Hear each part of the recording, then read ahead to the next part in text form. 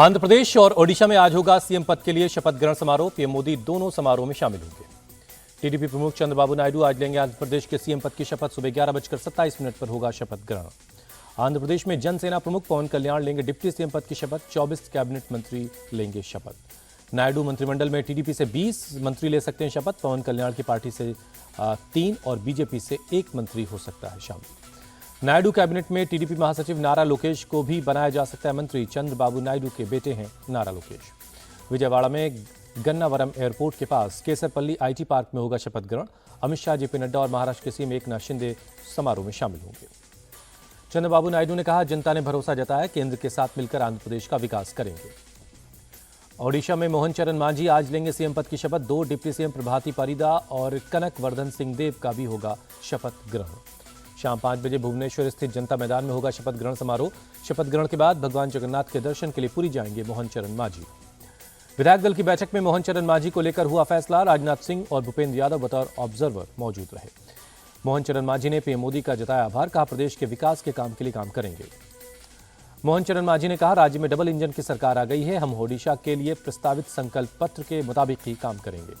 ओडिशा के मनोनीत deputy CM कनक वर्धन सिंह देव ने सत्ता तक के सफर को बताया मुश्किल। कहा, अब हम चैन से नहीं बैठने वाले, जनता से किए वादों को पूरा करना है।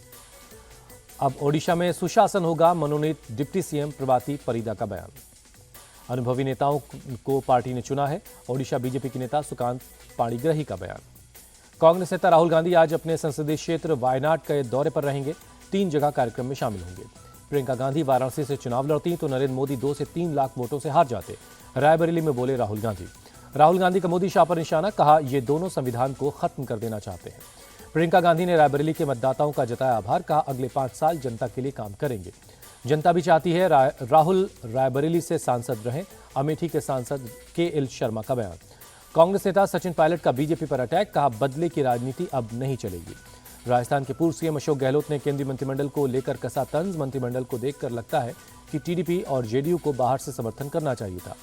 आज करहल विधानसभा सीट से इस्तीफा दे सकते हैं अखिलेश यादव। कहा, विधानसभा सीट से इस्तीफा देकर संसद में जनता के मुद्दों को उठाएंगे।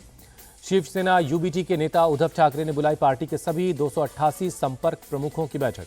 विधानसभा चुनाव की तैयारियों को लेकर होगी चर्चा। बारामती से चाचा अजीत के खिलाफ विधानसभा चुनाव लड़ सकते हैं युगेंद्र पवार। आज शरद पवार के साथ कार्यकर्ताओं से मिलते दिखे युगेंद्र पवार। महाराष्ट्र के सीएम एकनाथ शिंदे का बयान। संविधान बदलने के झूठे नैरेटिव की वजह से चुनाव में एनडीए को नुकसान हुआ।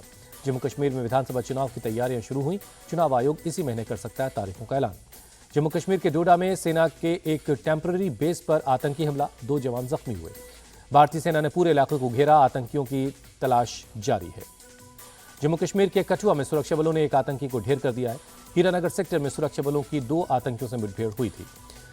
सेडा सोहल गांव में घुसे आतंकियों ने एक घर में मौजूद पिता पुत्र को पकड़ने की कोशिश की। पिता पुत्र ने भागकर सुरक्षा बलों को जानकारी दी।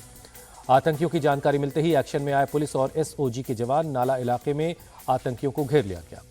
आतंकियों ने सुरक्षा बलों पर फायरिंग कर दी। जवाबी कार्रवाई में एक आतंकी मारा गया, दूसरे की तलाश की जा रही है। सुरक्षा बलों और आतंकियों के बीच मुठभेड़ में एक नागरिक भी जख्मी हुआ है। कठुआ के जीएमसी में किया जा रहा इलाज। केंद्रीय मंत्री जितेंद्र सिंह ने ट्वीट कर कठुआ के डीसी और एसएसपी से बात करने की जानकारी दी। लिखा, आसपास के इलाकों को घेर लिया गया है, दूसरे आतंकी को ढूंढा जा रहा है। जम्मू कश्मीर के रायसी में बस पर हुए आतंकी हमले में पुलिस ने एक आतंकवादी का स्केच जारी किया है। 20 लाख के इनाम का भी ऐलान है। पुंछ में रियासी आतंकी हमले के खिलाफ लोगों ने प्रदर्शन किया, कैंडल मार्च निकाला। लोगों ने कैंडल जलाकर आतंकी हमले में मारे गए लोगों को श्रद्धांजलि दी, तुरंत कार्रवाई की मांग की। रियासी आतंकी हमले के खिलाफ राजस्थान के चोमू में भी प्रदर्शन हुआ, दोषियों पर कड़ी कार्रवाई की मांग की गई। रियासी आतंकी हमले के बाद भगवान और सुरक्षा बलों पर श्रद्धालुओं का भरोसा बरकरार है। शिव खोड़ी मंदिर पहुंच रहे हैं लोग। रियासी आतंकी हमले के बाद सुरक्षा के कड़े इंतजाम है। श्रीनगर जम्मू नेशनल हाईवे पर जवानों की तैनाती की गई है। नीट एग्जाम की काउंसलिंग पर रोक लगने से सुप्रीम कोर्ट का इनकार।